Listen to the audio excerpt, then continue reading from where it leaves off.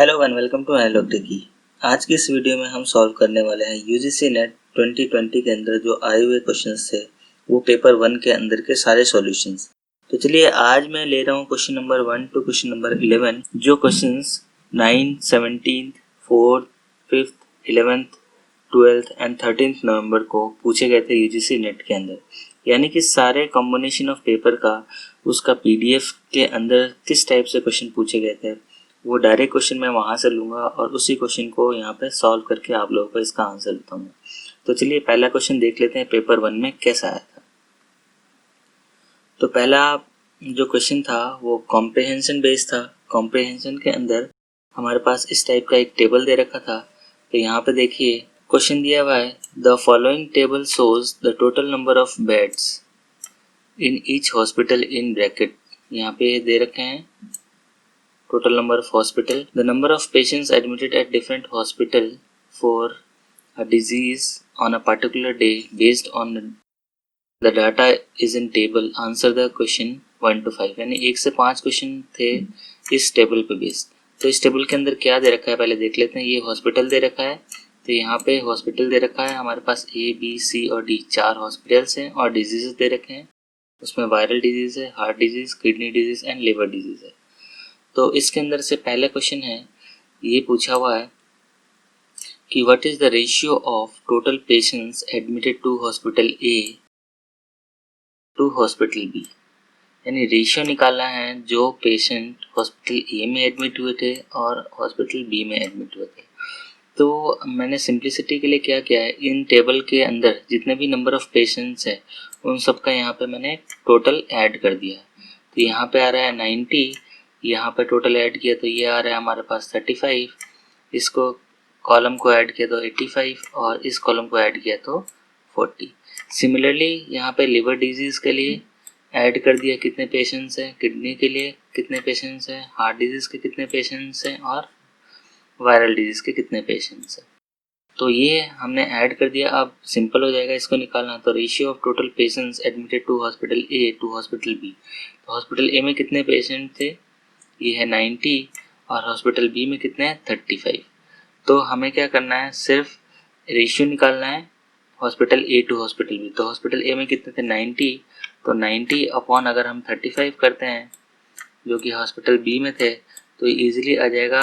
हम 5 की टेबल से अगर कैंसिल करते हैं तो 5 7 से और ये आ जाएगा 5 की टेबल से 18।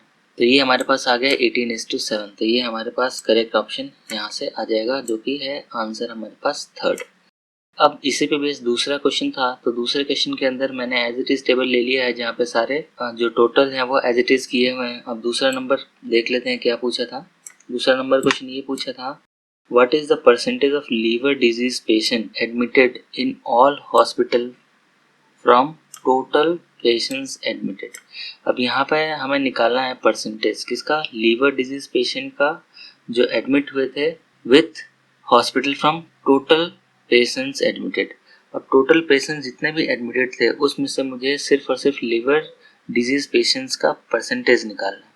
तो यहाँ पे देख सकते हैं कि लीवर डिजीज के जो पेशेंट्स है वो कितने हैं। तो यहाँ पे देखिए लीवर डिजीज के ये रहे हमारे पास 35 और लीवर डिजीज के कितने हैं 35। यहाँ पे देखिए इन सबको ऐड कर दिया तो टोटल लीवर डिजीज के 35 है हमारे पास पेशेंट। तो ये आ गया 35 और हमें निकालना है is admitted in all the hospital from the total patient.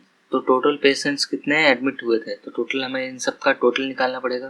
तो टोटल नंबर ऑफ पेशेंट यानी कि 90 प्लस 35 प्लस 85 प्लस 40। तो ये हमारे टोटल नंबर ऑफ पेशेंट्स आ जाएंगे। तो ये 90 प्लस 35 125 और ये आ गया 125 प्लस 85 210 और ये आ गया 40 250। तो ये हमारे पास 250 आ गया। तो इनका परसेंटेज हम निकाल सकते हैं कैंसिल करके। हम कैंसिल करते हैं तो ये आता है हमारे पास 7 5 से 35 और ये आ जाएगा 5 5 जा 25। तो ये 50, तो 7/50 यानी कि ये आ रहा है, हम सॉल्व करेंगे तो ये आ जाएगा 14%। तो इसके अंदर आप देख सकते हैं ये आंसर हमारे पास 14% करेक्ट हो जाएगा। अब सिमिलरली तीसरा क्वेश्चन देखते हैं। तीसरा क्वेश्चन पूछा है कि what is the ratio of patients admitted for viral disease to kidney disease, यानी रेशियो निकालना है। तो यहाँ देखिए वायरल डिजीज के लिए मैंने टोटल कर रखा है, ये रहा वायरल डिजीज के लिए हमारे पास आ रहा है 90, और हमारे पास किडनी डिजीज देख लेते हैं। तो किडनी डिजीज के कितने हैं, किडनी डिजीज के आ रहे हैं हमारे पास 40। तो जैसे इन दोनों का रेशियो निकालना है तो ये आ जाएगा 90/40।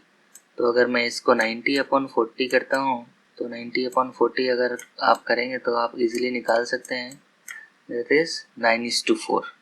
तो यहाँ पर देखिए ये आ रहा है हमारे पास 9:4, और ये डायरेक्ट दिया है तो और डिवाइड करने की ज़रूरत नहीं है, तो हमारे पास डायरेक्टली आंसर है इसका 9:4। चलिए चौथा क्वेश्चन देखते हैं। चौथा क्वेश्चन के अंदर पूछा है, टेबल वही है क्योंकि 1 से 5 तक के लिए हमारे पास क्वेश्चन सेम टेबल दे रखा था। तो यहाँ पे देखिए which disease occupies highest number of beds in all hospital, यानी कौन से डिजीज के पेशेंट से जो ज़्यादा थे या बेड को ऑक्यूपाइड किए हुए थे हॉस्पिटल के अंदर। तो पूछा है हार्ट डिजीज़ है, किडनी डिजीज़ है, वायरल डिजीज़ या लिवर डिजीज़। तो देखिए इसके अंदर सिंपल सा जो नंबर ऑफ ज़्यादा है वो हम डायरेक्टली यहाँ से लिख सकते हैं, क्योंकि हाईएस्ट नंबर ऑफ बेड्स कौन ऑक्यूपाई करेगा, यानी नंबर ऑफ पेशेंट्स जिसके ज़्यादा हो। तो यहाँ पर देखिए वायरल डिजीज़ के अंदर नंबर ऑफ पेशेंट्स 90 है, जो मैक्सिमम है अमॉन्ग ऑल द हॉस्पिटल्स। तो यहाँ पे हम लिख सकते हैं डायरेक्टली आंसर वायरल डिजीज़, और यही आंसर करेक्ट है। नेक्स्ट क्वेश्चन देख लेते हैं। नेक्स्ट क्वेश्चन पांचवा है। पांचवे के अंदर पूछा है what is the total percentage of utilized beds, यानी जितने भी बेड्स अवेलेबल थे सारे हॉस्पिटल में उसके अंदर से परसेंटेज ऑफ अनयूटिलाइज पूछा हुआ है, सॉरी यहाँ पे अनयूटिलाइज बेड्स निकालना। तो अनयूटिलाइज बेड्स निकालने के लिए यानी कि नंबर ऑफ बेड्स खाली हो divided by total number of beds. तो यहाँ पे देखिए टोटल हॉस्पिटल में ये हमारे पास बेड्स दे रखे हैं, बेड्स दे रखे हैं कौन से ब्रैकेट के अंदर। तो टोटल बेड्स कितने में 100 + 100 200 + 50 + 50 300 बेड्स हैं। टोटल 300 बेड्स हैं, उनमें से अनऑक्युपाइड कितने हैं। तो पहले तो देख लेते हैं ऑक्युपाइड कितने हैं। तो ऑक्युपाइड में इन सब का एडिशन हो जाएगा। तो ऑक्युपाइड कितने में इन सब का एडिशन हमने किया था, ये था 250। तो 250 तो क्या हमारे पास ऑक्युपाइड बेड्स हैं। तो खाली कितने हमें 300 में से, तो वो हो गया 50। तो खाली bed divided by total number of beds निकालेंगे तो हमारे पास क्या आ जाएगा, percentage of unutilise beds. Unutilise निकालना है तो जैसे इसको डिवाइड कर दीजिए तो 1/6 आ रहा है, तो इसको हम डिवाइड कर देंगे तो ये आ जाएगा 0.1666 आएगा, और इसको परसेंटेज में निकालें तो ये आ जाएगा हमारे पास 16.66। तो ये रहा इसका करेक्ट आंसर 16.66। तो ये कंप्लीट क्वेश्चन था जो कंपोजिशन बेस्ड था, डायरेक्टली एक ही क्वेश्चन दिया हुआ था। अगर उसको हमने अच्छे से एनालाइज कर लिया तो हम 5 के 5 क्वेश्चंस को करेक्ट कर सकते थे। इसमें बस ये ध्यान रखना है कि जब भी इस टाइप का टेबल है हमें नंबर ऑफ टोटल्स पहले ही निकाल के रख लेना चाहिए ताकि कैलकुलेशन आसानी से हो जाए। तो हमने यहाँ पे देखिए इन सब का टोटल निकाल रखा था और इन सब का टोटल निकाल रखा था। तो इससे क्या हुआ, हम डायरेक्टली क्वेश्चन को जज कर पाए और डायरेक्टली परसेंटेज वगैरह निकाल। तो चलिए क्वेश्चन नंबर 6 पे चलते हैं। ये पेपर 1 के अंदर क्वेश्चन नंबर 6 था, वो किस टाइप का दिया हुआ था। चलिए क्वेश्चन नंबर 6 देख लेते हैं। क्वेश्चन नंबर 6 के अंदर पूछा है removal of communication barrier in a classroom will result in. तो इसका आंसर क्या होगा, इसका आंसर हम देख सकते हैं डायरेक्टली कि कम्युनिकेशन बैरियर क्लासरूम में क्या रिजल्ट, या रिमूवल ऑफ कम्युनिकेशन बैरियर को हटाने के लिए क्लासरूम के अंदर क्या रिजल्ट देगा। तो हमारे पास ये पहला ऑप्शन है, ये है clear enunciation of specific instructional behaviours, और दूसरा है हमारे पास climate of purposeful student interaction. यानी दो ही काम हो सकते हैं इस गिवन ऑप्शन के अंदर। तीसरा दे रखा है प्रमोशन ऑफ पर्सनैलिटी का यूज नहीं करते। उसके बाद the relevance of illustrative examples, जब भी हम एग्जाम्पल्स इलस्ट्रेट करते हैं तो वो हमारे पास किसी न किसी टास्क को फुलफिल करता है। तो इस वजह से ये इररिलेवेंस दिया हुआ, तो रिलेवेंस होगा नहीं है हमारे पास। तो हमारे पास ऑप्शन हो जाएगा correct, that is option A and B only. इसके अंदर और भी ऑप्शंस दे रखे हैं बट हमें सिर्फ चूज करना था कि कौन से करेक्ट हैं। तो करेक्ट हमारे पास ऑप्शन ए और बी है। नेक्स्ट क्वेश्चन देख लेते हैं। पूछा है extra browser window of commercial that opens automatically on browsing web pages is called. ये हमारा वेबसाइट से रिलेटेड क्वेश्चन था, जो जनरल क्वेश्चन है कि अगर कभी भी हम ब्राउज़र ओपन करते हैं, यानी आप लोग इंटरनेट वगैरह यूज़ करते हैं, उस समय ऑटोमेटिकली एक ब्राउजिंग वेब पेज खुल जाता है, यानी कि ऐड वगैरह की साइट्स, तो उसे हम क्या बोलते हैं? तो वो इसके अंदर ऑप्शन दिया हुआ है, स्पैम बोलते हैं, वायरस बोलते हैं, फिशिंग बोलते हैं या पॉपअप बोलते हैं। स्पैम तो मेल होता है, वायरस क्या होता है हमारे सॉफ्टवेयर के अंदर होता है, फिशिंग भी हमारा मेल होता है, लेकिन जो पॉपअप विंडो होता है वो हमारे पास नया विंडो जो ब्राउजर के साथ खुल जाता है, जो हम ऐड वगैरह के लिए देखते हैं, तो हमारे पास ऑप्शन हो जाएगा पॉपअप। उसके बाद पूछा है next question, the only United Nation treaty related to environmental issues which has been notified by all 197 union members या United Nations members, Montreal protocol. इसके अंदर हम ये जीके बेस्ड क्वेश्चन था जो हमें याद रखना है, और ये हमारे पास कंप्यूटर साइंस बेस्ड क्वेश्चन था, just general computer science basis. तो अगर आप लोग को ये समझ में आ रहा है तो हमारे इस एनालॉग टेकी चैनल को अभी सब्सक्राइब कर दीजिए, और हो सके तो इस चैनल को शेयर कीजिए और सब्सक्राइब तो ज़रूर कर दीजिए अगर आप लोगों को अच्छा लग रहा है तो। और भी हम क्वेश्चन देखते हैं, और ये सारे क्वेश्चन मैं बता दूं कि जो एज इट इज़ क्वेश्चन पूछे गए थे उसी का पीडीएफ है।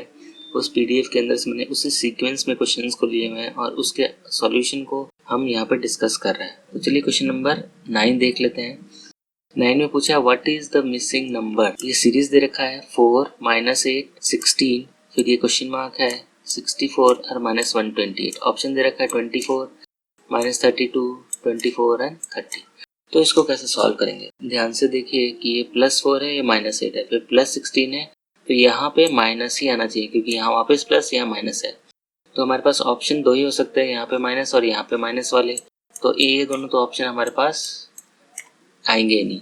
अब नेक्स्ट से देखिए 4 का डबल 8 हो जा रहा है, 8 का डबल 16 है, और 16 का डबल 32, और 32 का डबल 64। तो यहाँ पे 32 ही आएगा, और हम पहले डिसाइड कर चुके हैं कि नेगेटिव आएगा, और आंसर के अंदर नेगेटिव आ रहा है, वो दैट इज 32। तो ये बहुत सिंपल सा क्वेश्चन था, जैसे आपको मल्टीप्लाई करना था, यानी एक सीक्वेंस को दूसरे सीक्वेंस से। तो ये हमारा करेक्ट ऑप्शन हो जाएगा 32 नेगेटिव के अंदर। चलिए वापस से एक बार रिक्वेस्ट कर रहा हूँ कि आप लोग हमारे इस चैनल को सब्सक्राइब कीजिए और शेयर कीजिए जो भी नेट के एस्पिरेंट्स हैं उनके अंदर, चाहे वो किसी भी ब्रांच के हों, क्योंकि ये जो पेपर 1 है वो सबके लिए कॉमन रहता है। तो कॉमन पेपर के अंदर सिमिलर टाइप के क्वेश्चन पूछे जाते हैं सारे नेट के अंदर। तो चलिए नेक्स्ट क्वेश्चन देख लेते हैं। टेंथ क्वेश्चन दिया हुआ है, गिवन बिलो आर 2 स्टेटमेंट्स। तो ये स्टेटमेंट बेस्ड क्वेश्चन है। स्टेटमेंट बेस्ड बहुत ही लेंथी क्वेश्चन होता है, तो बहुत ध्यान से पढ़ना होता है इसको। तो चलिए ये रिसर्च बेस्ड क्वेश्चन है जो स्टेटमेंट है। तो रिसर्च के अंदर ये जो है देख लेते हैं क्या दिया हुआ है। पहला ये बोला in the research null hypothesis when rejected offers the scope of accepting the alternative और सब्सटेंटिव रिसर्च हाइपोथेसिस।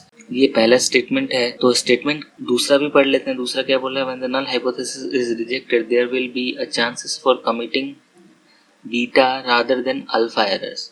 अब ये रिसर्च के अंदर बीटा और अल्फा एरर्स अलग अलग चीज़ें होती हैं, कंसेप्ट होता है। तो इसके अंदर से हम देख लेते हैं कि ऑप्शन क्या दिया हुआ है। In the light of the above statement choose the most appropriate answer from the option given below.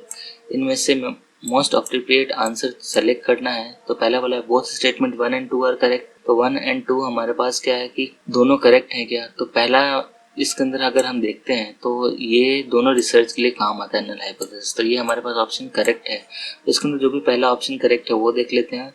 तो बोथ वाला ऑप्शन तो आएगा नहीं, तो हमारे पास स्टेटमेंट 1 करेक्ट है। दूसरा स्टेटमेंट है when null hypothesis is rejected there is a chance for committing beta और अल्फा एरर। जरूरी नहीं कि बीटा और अल्फा एरर ही है, इसके अलावा भी कोई और भी एरर्स हो सकते हैं जिसकी वजह से हमारा नल हाइपोथेसिस रिजेक्ट हो जाए। तो यहाँ पर देख सकते हैं पहला ऑप्शन करेक्ट है और दूसरा इनकरेक्ट है। तो इस हिसाब से हमारा थर्ड ऑप्शन करेक्ट हो जाएगा। तो ये चीज़ ध्यान रखिए कि कभी भी हम नल हाइपोथेसिस के अंदर जाते हैं तो जरूरी नहीं हो कि कोई एक ही रीजन से हमारा जो है वो रिजेक्ट हो। यानी हाइपोथेसिस जो हमने अज्यूम किया था बिफोर स्टार्टिंग द रिसर्च, वो एक ही रीजन नहीं होता जिसकी वजह से हमारा रिजेक्ट हो जाए। वो मल्टीपल रीजन्स हो सकते हैं। हो सकता है हमने जो हाइपोथेसिस अज्यूम किया है वो अजम्पशन ही गलत हो, और स्टेटमेंट 1 हमारा करेक्ट है। तो इस हिसाब से option 3 is the correct answer. अब लास्ट क्वेश्चन देख लेते हैं इस वीडियो के अंदर। इसके अंदर ये पूछा था कि मॉडल जो है उसका एब्रिविएशन क्या है, यानी फुल फॉर्म ऑफ मॉडल। तो ये है हमारे पास modular object oriented distance learning programming. ये हमारे पास modular object oriented dynamic learning environment. तो ये हमारे पास करेक्ट है। नेक्स्ट वीडियो में मैं आपको क्वेश्चन नंबर 12 से क्वेश्चन नंबर 30 तक लेके आऊंगा, जिसके अंदर सब पे सॉल्यूशंस देखेंगे, जो वो भी पेपर 1 के अंदर है। तो हमारे इस चैनल को सब्सक्राइब कर दीजिए ताकि जो मैं अगले वीडियो अपलोड करूँ आप लोगों को नोटिफिकेशन मिले, और आप लोग अगर नेट की तैयारी कर रहे हैं तो उसमें आप लोग बेनिफिटेड हो पाएँ और इस टॉपिक से यूज टू हो जाएं, और किस टाइप के क्वेश्चन पूछे जाते हैं उसका भी आप आंसर या फिर एक तरह से आपको विजुअलाइजेशन हो जाए ताकि आप उसका आंसर करेक्टली दे पाएँ। तो चलिए मिलते हैं अगले वीडियो में। Thank you.